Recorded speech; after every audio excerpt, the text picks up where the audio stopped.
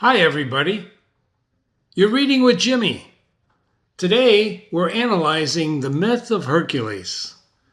This is called Understanding Hercules by Jimmy.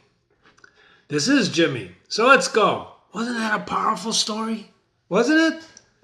I hope you read the myth with me. If not, don't listen to this analysis until you read the myth. Well, I wanted to make sure that we understand what a myth is before we talk about Hercules, the myth.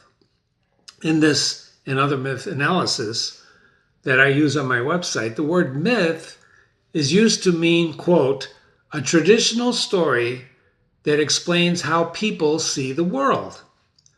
Religion is a little different. Religion is a whole social system that includes rituals, priests, laws, institutions, and within that structure are stories or myths.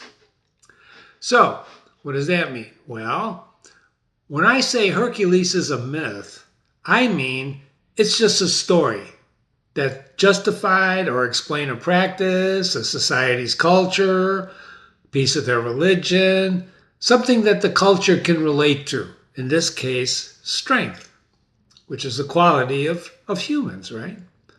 Although we'll find out shortly that Hercules is only half human.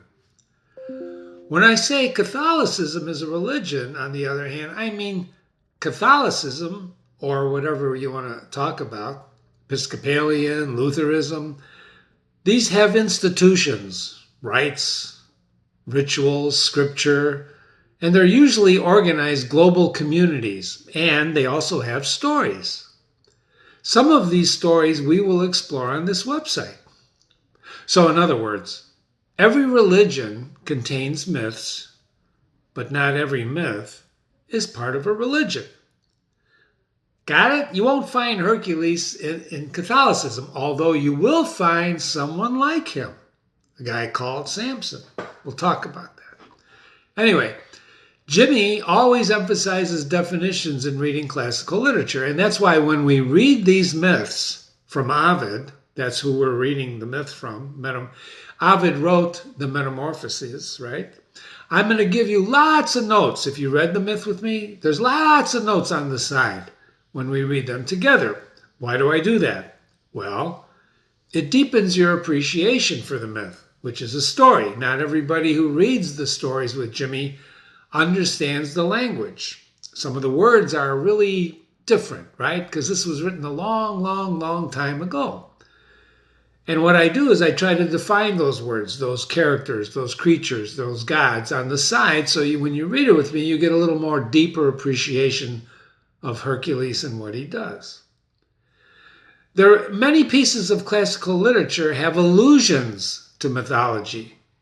You understand? So when you read some of the classic pieces of literature here, especially like, for example, Shakespeare, they allude to certain mythology, certain myths. So this myth, Hercules, is narrated, like all stories in classical literature they have narrators. So this is narrated with a first-person anonymous narrator. In other words, the narrator is inside the story.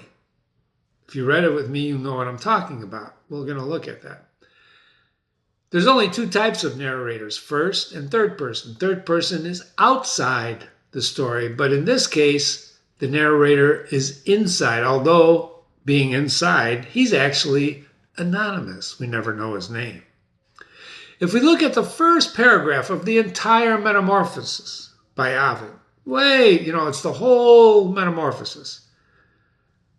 It says, my spirit drives me now to sing about the forms of things changed into new bodies.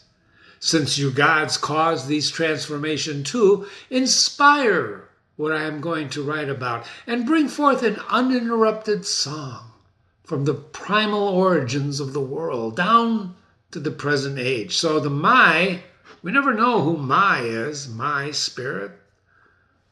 The pronoun my is actually the anonymous narrator for the entire book, which, by the way, within the entire book, it's pretty long, has the myth of Hercules in it. So what Jimmy does is he pulls out the appropriate passages of Hercules from the Metamorphoses. And that's what we read when we read together. So this narrator is obviously inside the story, and he stays anonymous throughout the entire book. But we don't have to go back to the beginning to understand what Jimmy's talking about with first-person narration. Let's just go to the beginning of the Hercules myth that I read with you. Here's how we opened up the story of Hercules. You ready? You remember this? Then warrior Theseus, Neptune's grandson, asked Achilles why he had heaved a sigh and how his forehead had become so marred, so destroyed. The Caledonian river god, Achilles, with reeds around his tangled hair, replied, well, your question, he's answering Theseus. You see? So who's talking in that paragraph? Well, it's the anonymous narrator. He's inside that story talking to us about Theseus, who's asking Achilles a question. How did you get so beat up, so marred, right? And then from that point on, Achilles takes over the narration. And this becomes what Jimmy calls, and what techniques are called, a story inside a story. Do you understand? So in the first part of the myth, Achilles is reciting his version of what happened when he fought Hercules, because Theseus asked him a question. And this is very common in anonymous narration. In such executions, characters talk to each other through what the anonymous narrator, or they have extended monologues like we read that Achilles had. So, sidebar, this is just like Chaucer's Canterbury Tales. Did you read those with me? They're on my website. This is also an anonymous narrator, first person, inside the story. He's one of the other pilgrims, but we never know his name. So he's just basically an anonymous narrator who's one of the pilgrims that tells the story of what other pilgrims say. You see how complicated it gets? Isn't that like life? Did you ever go to a party and say, geez, I heard did you hear about this guy Jimmy? All he does is talk about reading with Jimmy. Did you ever... Did you ever go to a party and listen to somebody talk about somebody else? So you have a story inside a story, right? In this myth, the my that we started with is inside. Now, Ovid wrote in Latin. So I'm going to read what the translator of Ovid, Ian Johnston, that's who we used, the translator, he talks about this in the beginning of the actual Metamorphoses. He says, quote, pay attention, Ovid's speeches are sometimes difficult to keep track of because he will have a speaker, narrator, telling us what someone else said. And that account may be more direct speech, also containing a direct speech.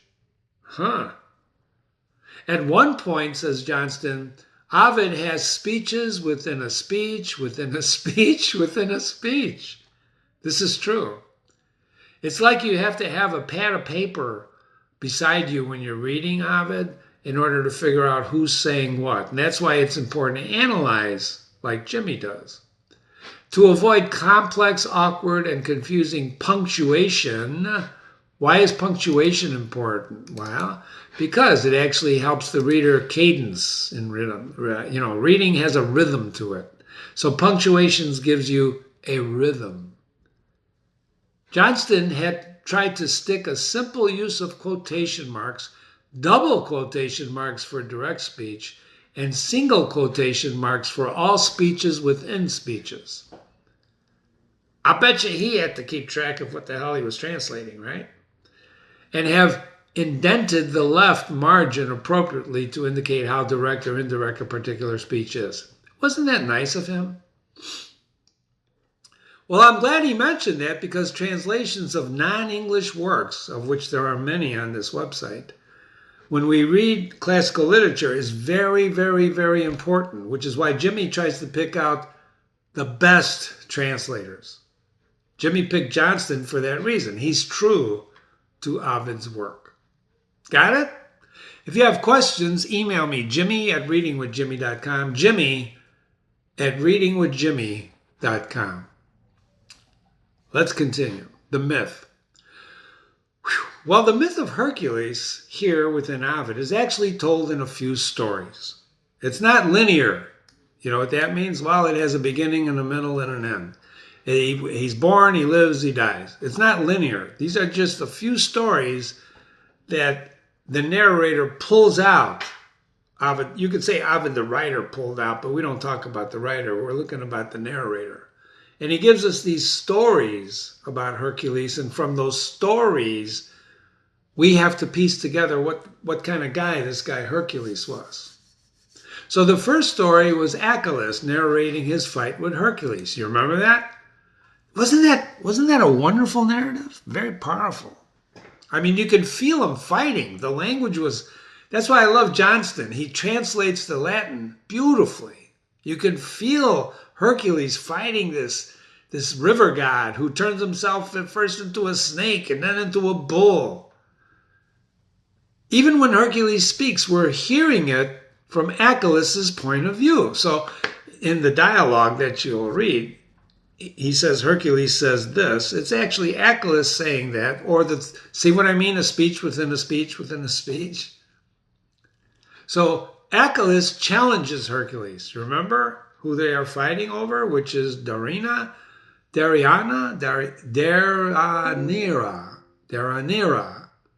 who will end up the wife of Hercules.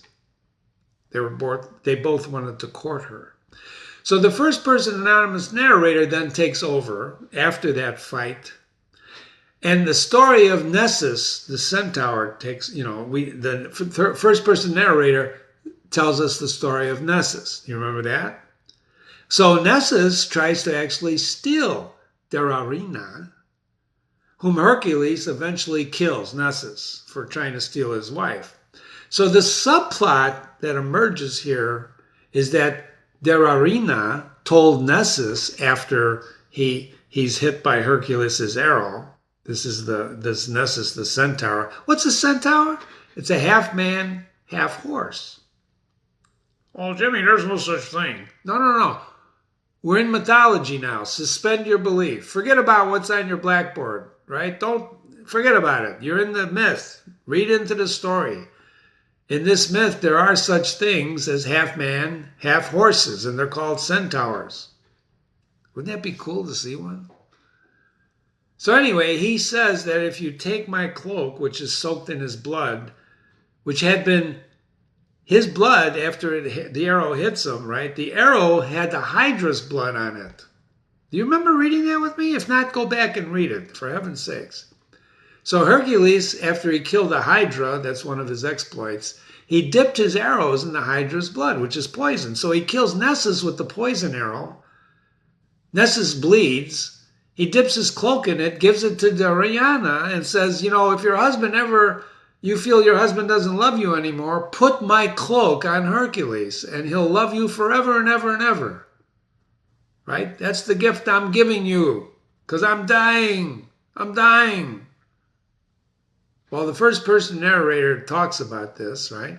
But we know what happens, right? Another story he takes over, and that's the death scene of Hercules, because poor Hercules, he puts on the cloak, and it just kills him. And boy, what a powerful narration. We're going to talk about that. Because she gave it to the servant of Hercules, Lycus, right? Read this. Hercules, knowing nothing about the shirt, takes it, drapes it across his shoulders, the poison from the Lerenian Hydra. And in one of the most powerful death scenes ever, we witness Hercules in agony, recalling all his exploits, most of them, until he finally dies and is made divine and joins the gods. It's a fascinating story, isn't it? Even though there's only 2 stories and then his death, this guy was something else, this Hercules. And that's what we want to understand Hercules. That's why this essay is being written and shared with you. So most people who read Ovid were very familiar with the labors of Hercules. Maybe you heard of that he had 12 labors, which he sums up very quickly in his death agony, right? And that said, we don't actually see Hercules, right? We don't actually see Hercules, half man, half god, in these stories battle all the other gods and creatures, right? In the Ovid version that Ian Johnston translated, we don't see him fight the lion, the Numian lion, split, clean out the stables by diverting river. We don't see all of that. All we do is hear him say it as he's dying. And we could step back for a moment and ask, well, why is that? Why didn't the writer just write about these great, great adventures? Well, there's a reason for that we're going to figure out. All right? You understand? So let me start with, it was in the last speech. Let me delete that thought. It was in the last speech by Hercules' father, Jupiter, Zeus. You'll see me when I talk about his father, I'll use Jupiter and Zeus in parentheses. Now, why is that? If you know the reason, email me, Jimmy@readingwithjimmy.com, but I'm going to tell you. This is the Roman god. This is the Greek god. It's the same person, but this is what the Romans called Zeus. And this Zeus is what called by the Romans Jupiter. But it's the king of the gods. He's the top god, right? And he happens to be Hercules' father, which is clear from reading the myth with me. So it's important to keep in mind that Hercules is not just a man. Do you understand? He's kind of like the first, Superman. He doesn't come from Krypton, but he's a half man and he's a half god, right? His mother was mortal and his father was immortal. Let's read this a little bit. When the pile was, this is when Hercules is dying. He's dying, right? He's in total agony. I want to read it again, but it's so terrifying. I really don't. So you should go back and read it. So he built himself a funeral pyre.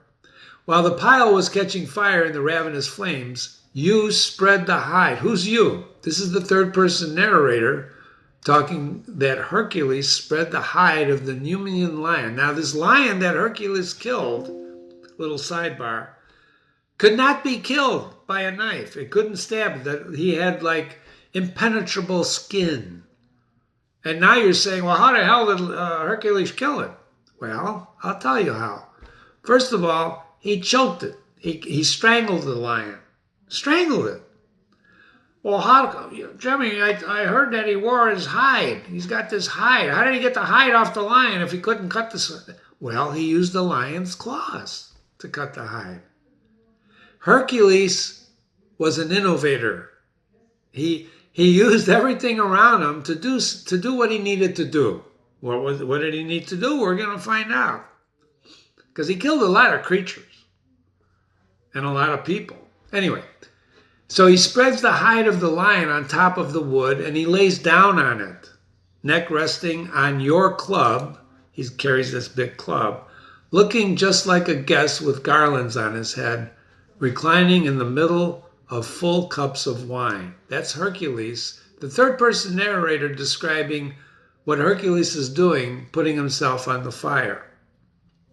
And by now, the growing flames were crackling and had spread in all directions, and they attacked his limbs. But his body was serene and scorned them. Scorned what? The flames. The gods, who are watching all this, grew anxious for this protector of the earth. This is the key statement. The gods are watching Hercules burn, and they get nervous, anxious. For what? This protector of the earth. So when anybody from now on asks you, what's Hercules all about? He was a strong guy. No. Yeah, he was, but he was the protector of the earth. That's very important, ladies and gentlemen. Very important. He protects the earth. Everything he does is to protect the earth. The monsters he kills, right? We're going to talk about that. So he's the protector of the earth. And so Jupiter, Zeus, Saturn's son. Who's Saturn? That's Jupiter's father. sensing their mood, spoke. So now we leave the first person narrator here, and now the first person narrator is telling us what Zeus, Jupiter, said. You gods above, your fear gives me great joy. So he's taking pleasure in their being afraid. And I can freely and wholeheartedly congratulate myself for being called ruler and father of a grateful people. And also for the way your high regard protects my offspring. Who's that? That's his son, Hercules.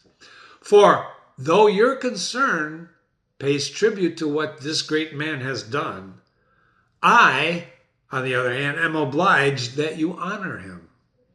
But do not let an empty fear affect your hearts. Think nothing of those fires on Oda. He, Hercules, who has overcome all things. This is very important. Hercules never lost a fight. You understand this? Except for the ending when he got poisoned.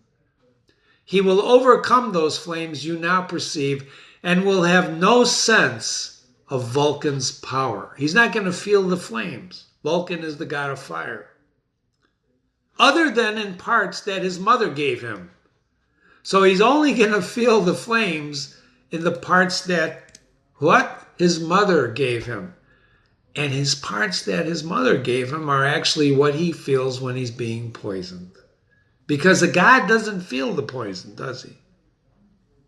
The god doesn't, he's a god, right? The god, he's half god. What he's feeling is his mortal side. And when what he gets from me, what Hercules gets from me, Jupiter, is everlasting beyond death's reach. This is very important. What he gets from me is everything beyond death's reach.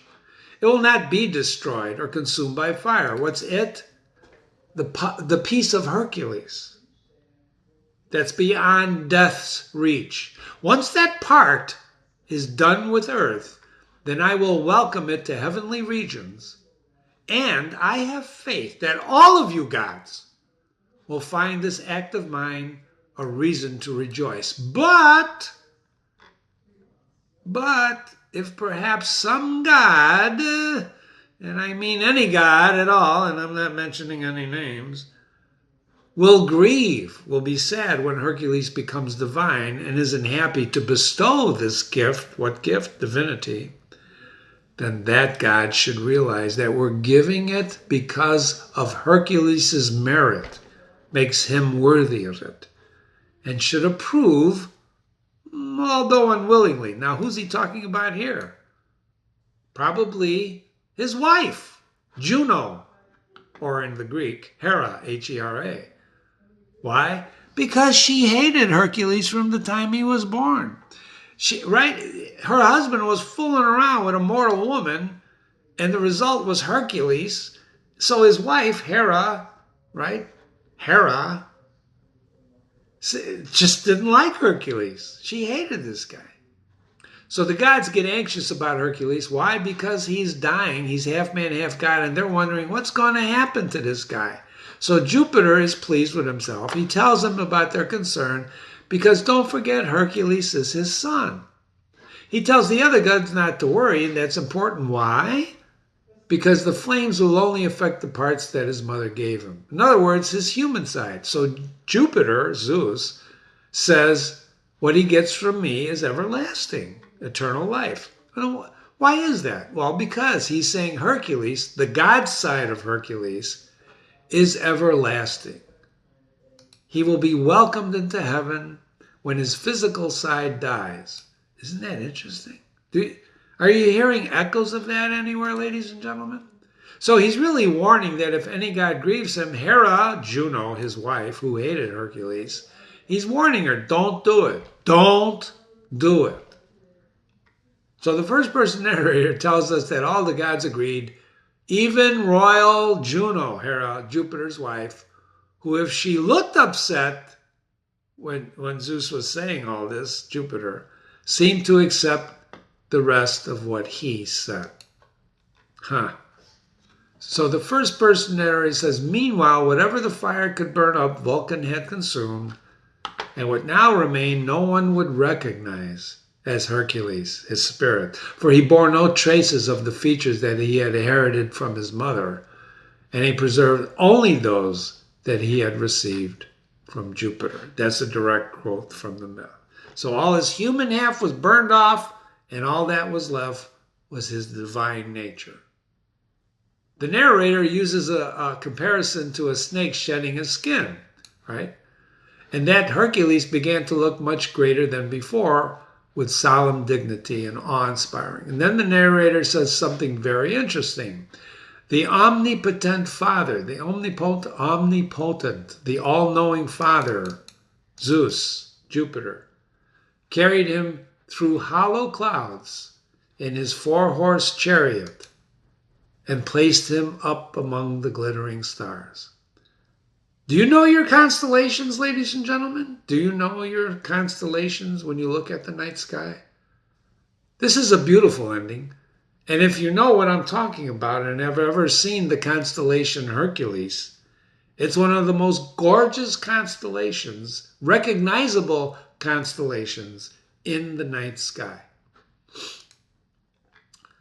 So, Jimmy's take. What are we to make of this guy called Hercules? Huh? What do you make of this guy?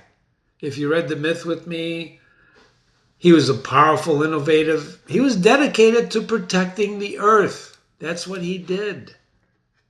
Fearlessly. He was, ladies and gentlemen, you can read different versions of this myth from different people, but I chose this one for a reason. The stories are very interesting.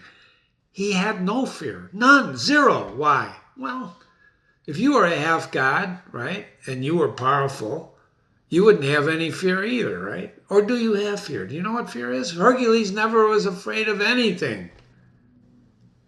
Perhaps the most important line, they grew anxious, they're nervous. Why?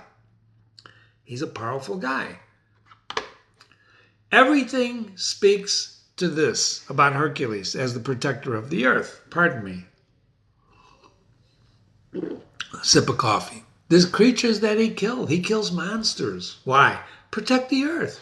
His ability to innovate. He diverts rivers to clear the stables. Why? Protect the earth. And because he was a half god, half man, he had the power of a god and the weakness of a human being. Well, what were those weaknesses? Well, poison could kill his human side. It's like if you read Greek mythology, Achilles. You talk about Achilles' heel. His mother had dipped Achilles into the river, but she had to hold him by something, so she held him by his heel, right? And so when she pulled him out of the river, Achilles was invulnerable. Nothing could kill him except in the heel. If you shot him with an arrow, like a certain person did, I'm not going to tell you who, that's why they call, what's your Achilles heel? Till this day, if you're looking for someone's weak spot, his weakness, you can say, what's your Achilles heel? Right? Because that's actually where you're weak. And that's where the myth of Achilles' heel comes to live today. So the fact that it was his own arrow that killed Nessus, and Nessus dipped it in, and it comes back to kill him. Isn't that interesting?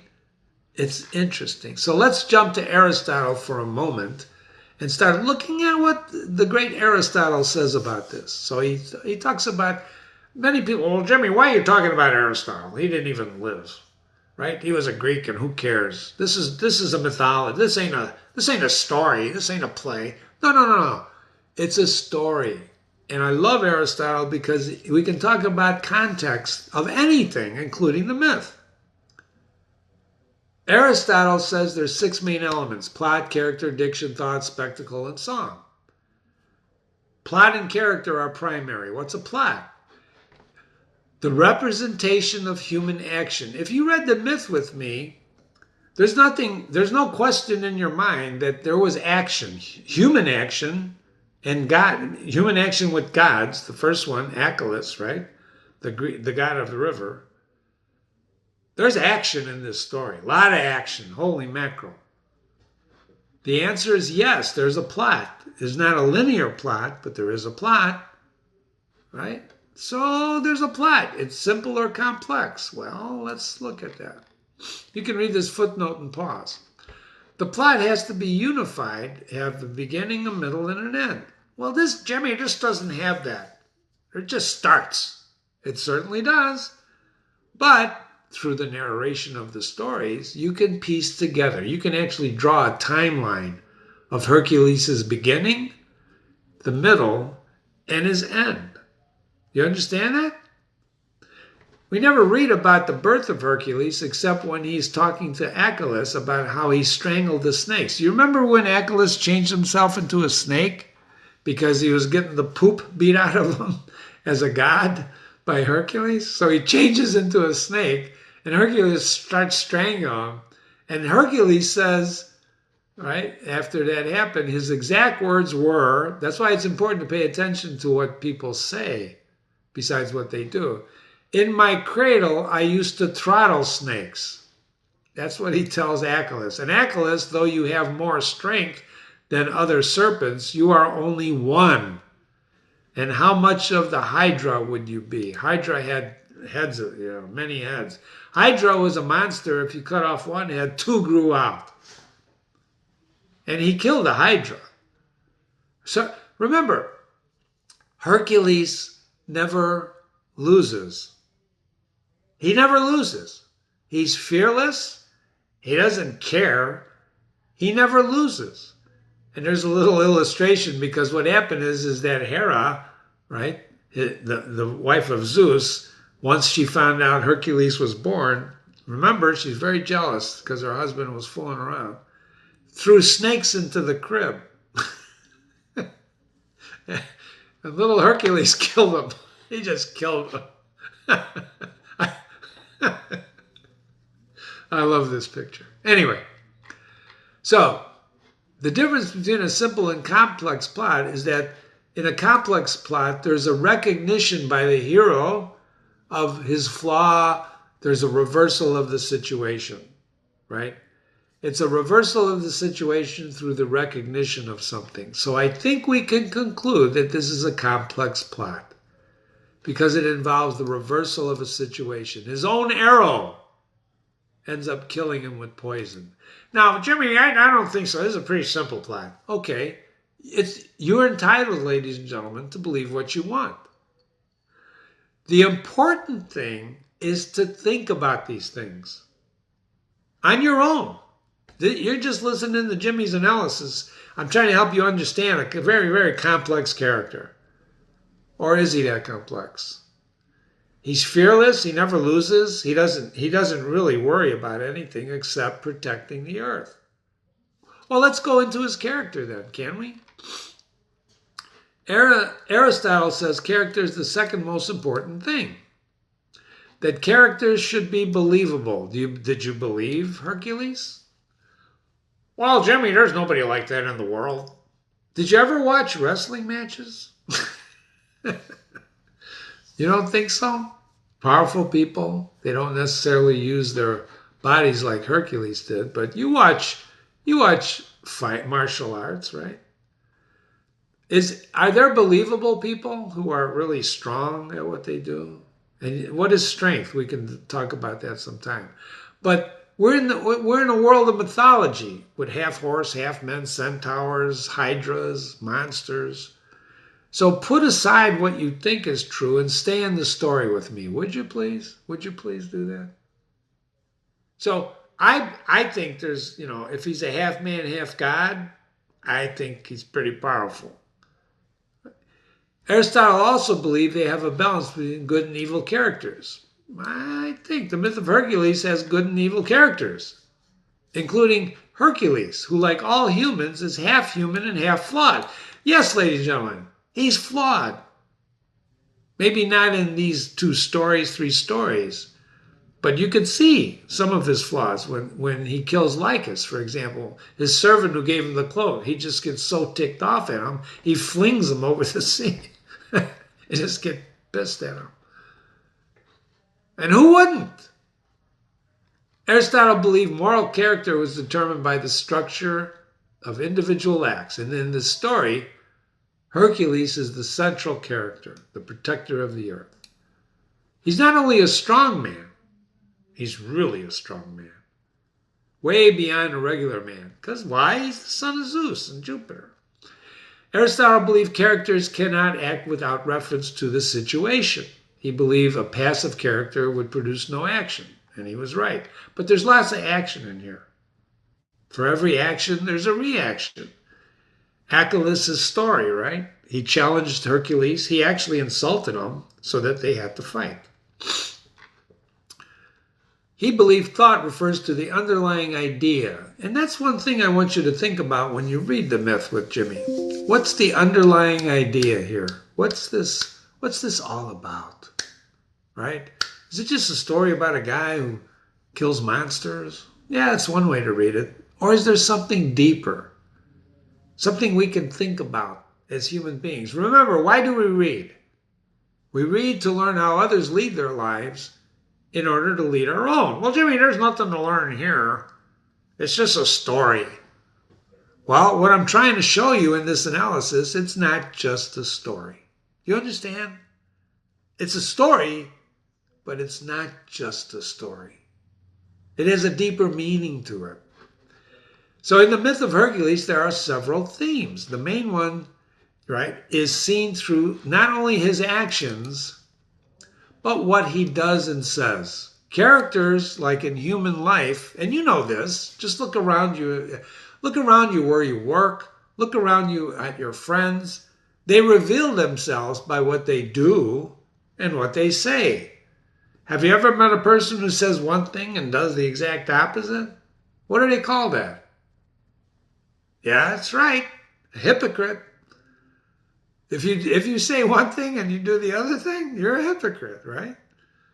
So in stories like this, we understand people the same way, except this is much more richer because you could live 300 years and you'll never see it as close as this with the first person narrating, our ability to go back and forth, our ability to really overlay our own experience on this, the first person, third person, narrators, whatever we're reading. So in this case, it's very important to understand not only what Hercules does, because what does he do? He basically he beats people up. He solves problems. But it's important to understand, especially in Ovid's translation here by Ian Johnston, what Hercules says. I'll give you an example. People reveal themselves to others not only this way, but in what they don't do.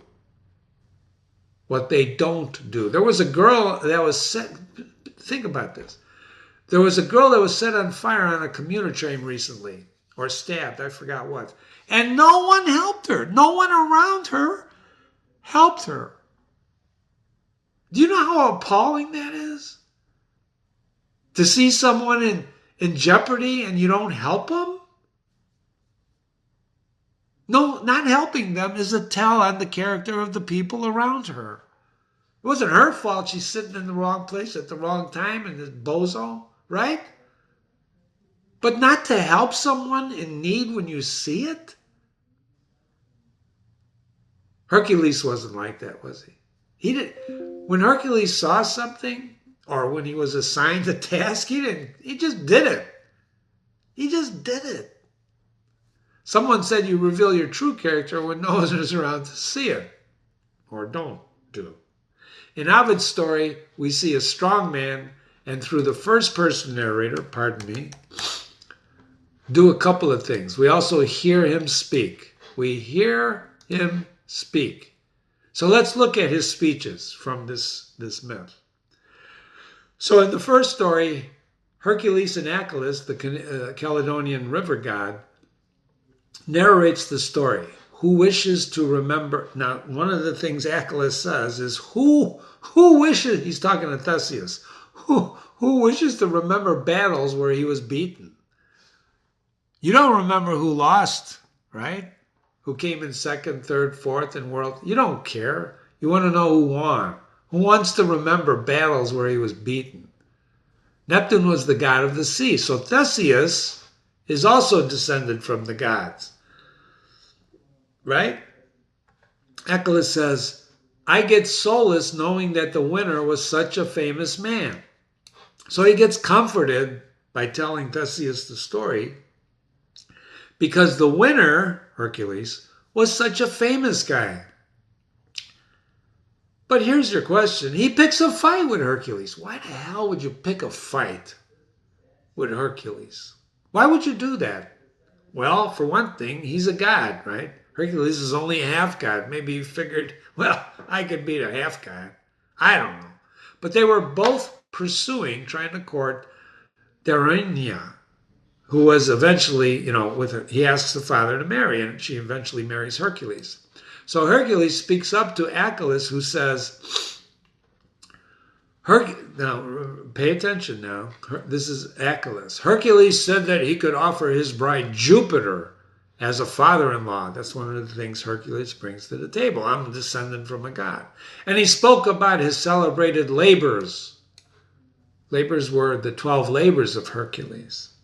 And we can talk about that when he speaks later on before he dies. And the orders that he had succeeded in carrying out for his stepmother Juno.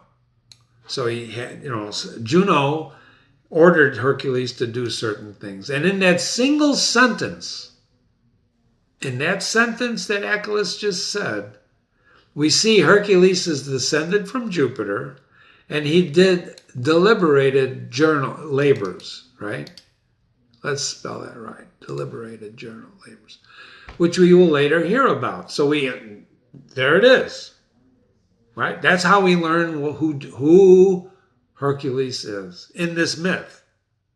But remember, when Ovid was writing this, many people already knew the story of Hercules. And if you did or if you didn't, we're taking it apart piece by piece so you understand it better. So Achilles says, it is disgraceful if a god yields to a mortal. So I can't give up to a mortal. Well, he's only half mortal. But Hercules is only half mortal, so he gives a speech that reveals a lot when he challenges Hercules. This is Achilles.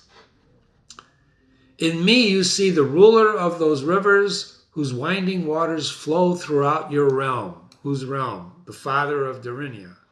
I will not be a son-in-law sent here, a stranger from a foreign land, like you know who. But I'll be part of your own kingdom, one of your own people. Do not let it harm my case that Juno, queen of heaven, feels no hatred for me, like she does for Hercules, and that all the punishments that she ordered in those labors were not imposed on me. She didn't tell me to go clean the stable. She didn't tell me to kill the Hydra, the Numian lion. As for you, Hercules, Alcamine's son, there's his mother. There was a footnote there, but that's Hercules' mom. You boast that Jupiter is your father. If that's so, either that is just not true, or he, Hercules, is truly guilty of a crime.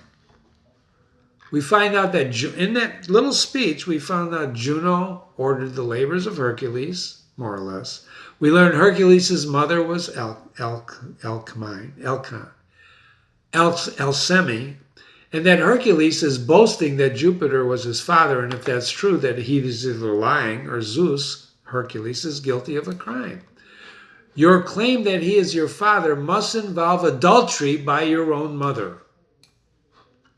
Jesus. Your mother remember when I was a kid, your mother wears combat boots. We used to, you wanted to pick a fight with somebody, you'd go, your mother wears combat boots. Your mother, and then you'd be fighting.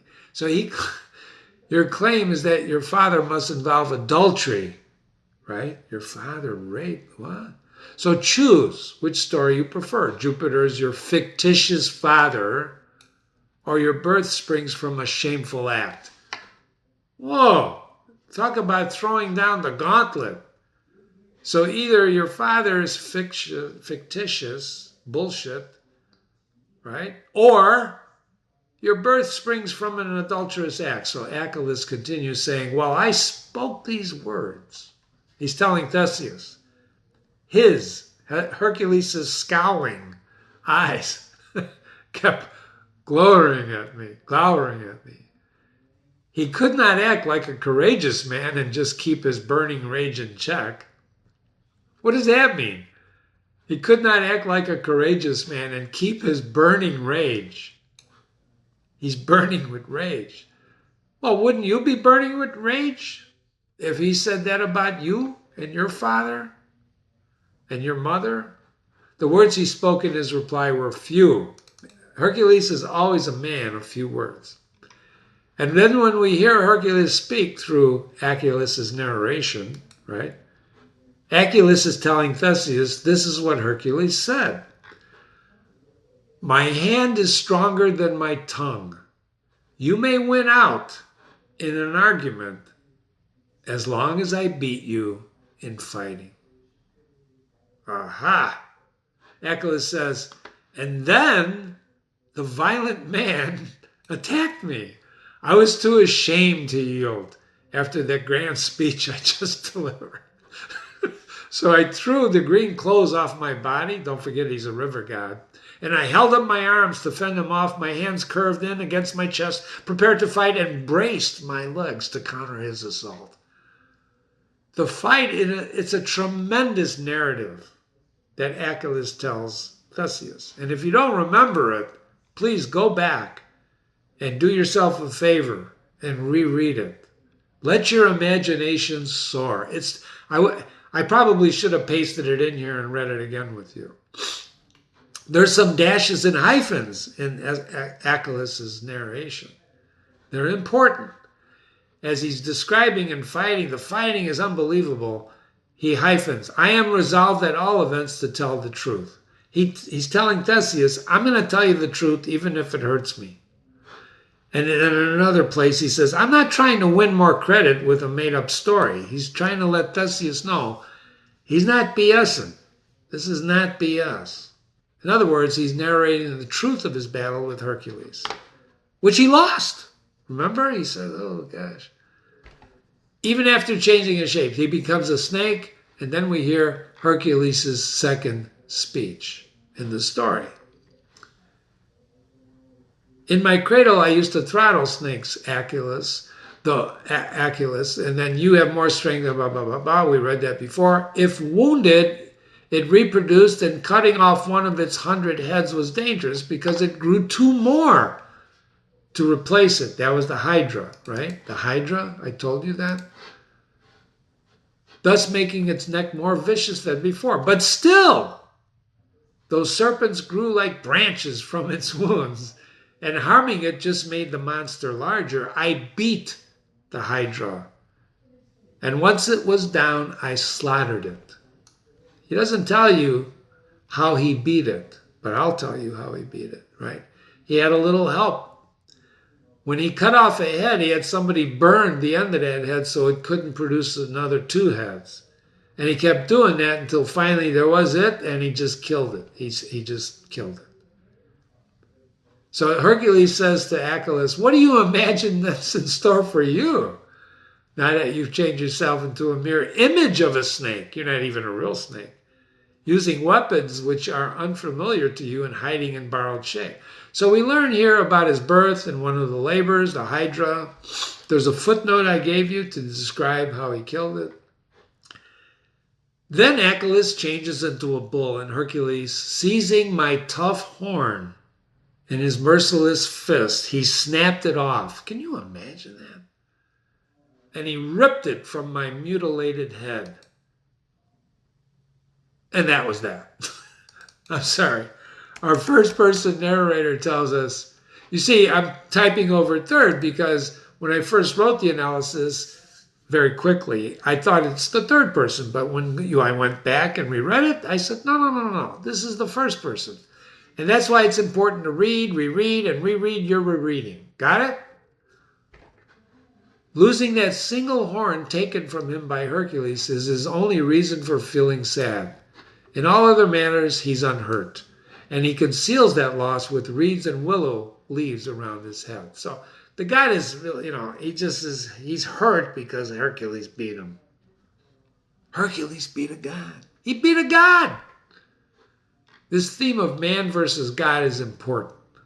From time he was born, his stepmother hated him. Jealousy is an important emotion. And in this story, the strength of Hercules is characteristic he is most noted for.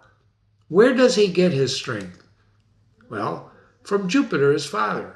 Extraordinary. In Greek storytelling, a god's offspring routinely shows superhuman gifts. And we're going to examine others on this website. So, this is a story about strength, power. Hercules never fears anything. He just uses his power to protect the earth, to overcome obstacles. But the question you should ask yourself is, why does he do this? Why doesn't he use his strength, I don't know, to build up a fortune, to hurt people? You know, some people use their power to hurt people. Get out of here, Jimmy. That's BS. No, really. Some people use their power to hurt people. Shame on them. So the question is answered at the end of the myth, right? We see someone who's never afraid. He is never afraid, ever. He rises to insult with physical responses. He overcomes a god, right? Who changes his shape like a beast. The biblical overtones are unmistakable, and we're not going to discuss that now, but later. So, we're here to examine his character. Do we rise to a challenge? When you see something, do you rise to the challenge? I remember going to a client one day and pulling into the parking lot, and I saw Sean, the director of security, confronting a guy right in front of the main entrance. And as I walked towards the main entrance, and they were like nose to nose, I thought something's bad's going to happen. So as I walked toward them and I got closer to them, I said, "Hey, Sean, everything okay? You need any help?" And Sean looked at me, and the guy looked at me, and Sean said, "No, I got it. I got this." And I stood there for a minute, and he did. They actually said a few more words, and then the guy walked off. I didn't have to do that. I could have stayed in my car until the altercation was over. I could have walked right by him. And I ain't no Hercules. But I am a guy who likes to ride to the sound of the guns. What do you do? Are we unafraid? I mean, for all I knew, that guy had a gun and he popped both of us. I don't know. Do you know? I don't know. What is strength? What is confidence? What is power? How do you use it? The next story is told by the anonymous, I don't know why I didn't fix all these things, that's crazy. By Nessus, who was killed by Hercules. You remember the half-man, half-beast who took Dorynia and started running away with her when we hear Hercules speak a couple of times. You remember that? So, since I started, Hercules says, I must cross the river. So Nessus says, no, you go ahead, Hercules. I'll take your wife. I'll bring her across. But instead, Hercules gets across and sees the half horse, half man riding away with her. And he says, where are you carrying her, you brute beast? Vainly relying on your rapid hooves. I'm talking to you, Nessus, you monster with a double form. You better listen to me. Do not run off with what is rightly mine. If respect for me doesn't stop you, that wheel your father rides might well prevent forbidden sexual acts. You won't escape me. Right? You can stop and read this footnote if you want. May trust your powers as a horse. I'll catch you with an arrow. So he kills him. In the speech to Achilles, he said that he may not win the argument, but he will win in the fight. And in this speech, he says he may not win with his feet, but he's going to beat you with the arrow. Hercules is an innovator, isn't he? He knows himself. He's prepared to win. Well, Jimmy, you said he's the protector of the earth. How's he protecting the earth here? No, he's protecting what's his. Don't forget he's half man, part of the earth, right? We're all part of the earth. We live on the earth. We share the earth. And we know the rest of the story. He dips his blood. We went over that. I'm not going to repeat that. But the agony of Hercules is one of the most descriptive passages ever narrated. Ever. And we get to his final speech. You want me to read all this? Daughter of Saturn, feed on my collapse. daughter of Saturn, feed on my collapse. Eat your fill, you cruel goddess. Who's he talking to? Juno, right? Look down from your lofty heaven, remember, he's suffering. He's in agony. The skin is peeling off from him, right, because of his damn poison. If my state earns pity from an enemy, even from you, then carry off my soul. Just kill me. My wretched spirit, racked with searing pain, born for toil. To my death is a gift. To me, death is a gift. A fitting present from my stepmother. Who's his stepmother? Yeah, that's right, Juno. Was it for this that I threw down Burrus, who desecrated shrines with the stranger's blood? There's footnotes in here for you, too. Was it for this that Antaeus, I raised him up above his mother earth, who gave him strength? Antaeus was a giant who drew his strength from the earth. So as long as he was standing on the earth, he was strong. How did Hercules beat him? Well, he just held him up and strangled him. He's an amazing guy, right? Just held him up so he couldn't get strong again, etc. These are all the highlighted marks are all the exploits, the labors of Hercules. Cerberus was the three-headed dog that guarded hell, Hades. I'm not the Cretan bull. I'm not going to read all of these. You can find out for them on your own by Googling them or getting another edition that talks about them. But they're great stories. They're great stories. I told you a little bit about the Numian lion. These Parthian woods, the lake, that he was supposed to clean the stables from horses that pooped, 1,000, 2,000, 3,000 horses that were just pooping, defiling the earth. So how did he clean the stables? That was one of Hercules, go clean these stables. How would you do it? How would you clean stables with 3,000 horses? Where would you start? He diverted 2 rivers and flushed them out. Just flush those stables out. He diverted 2 rivers. I often think that's what we have to do with government. Just turn some rivers up there and flush them out. I'm kidding. No, I'm not. Anyway, I highlighted the corresponding labors in yellow. And his final speech where he kills his servant. Lycus, that's the guy who gave him the cloak. Weren't you the man who brought off this fatal gift and gave it to me? Are you not responsible for it? And he throws him over the ocean. Over the ocean. It's a sad story, actually. So what's interesting in understanding Hercules, right, or from the first person, there it is again, I apologize, taking us into the psychology of Hercules himself, of course, the ending.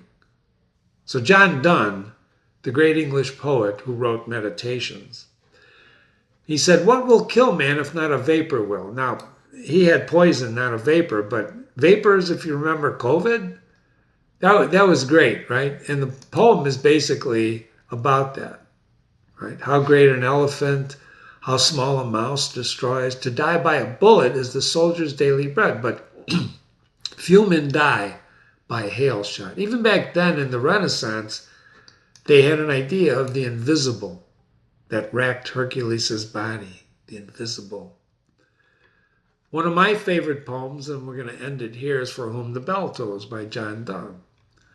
No man is an island entire of himself. Each is a piece of the continent, a part of the main. And if a clod, piece of earth, be washed away from the sea, Europe is the less. As well as if a promontory were, as well as if a manor of thine own or of thy friends were. Each man's death diminishes me, for I am involved in mankind.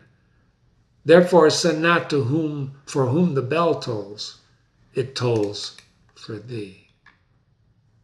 Being the protector of the earth, Hercules part of the earth, and this poem reflects that. Don't ask for whom the bell tolls, it tolls for thee, because they used to ring the bell when someone died. We are the thee, aren't we? And Hercules gives us a picture of what a true protector of the earth was for our appreciation. Thank you so much. You've been reading with Jimmy. This is the analysis of Hercules.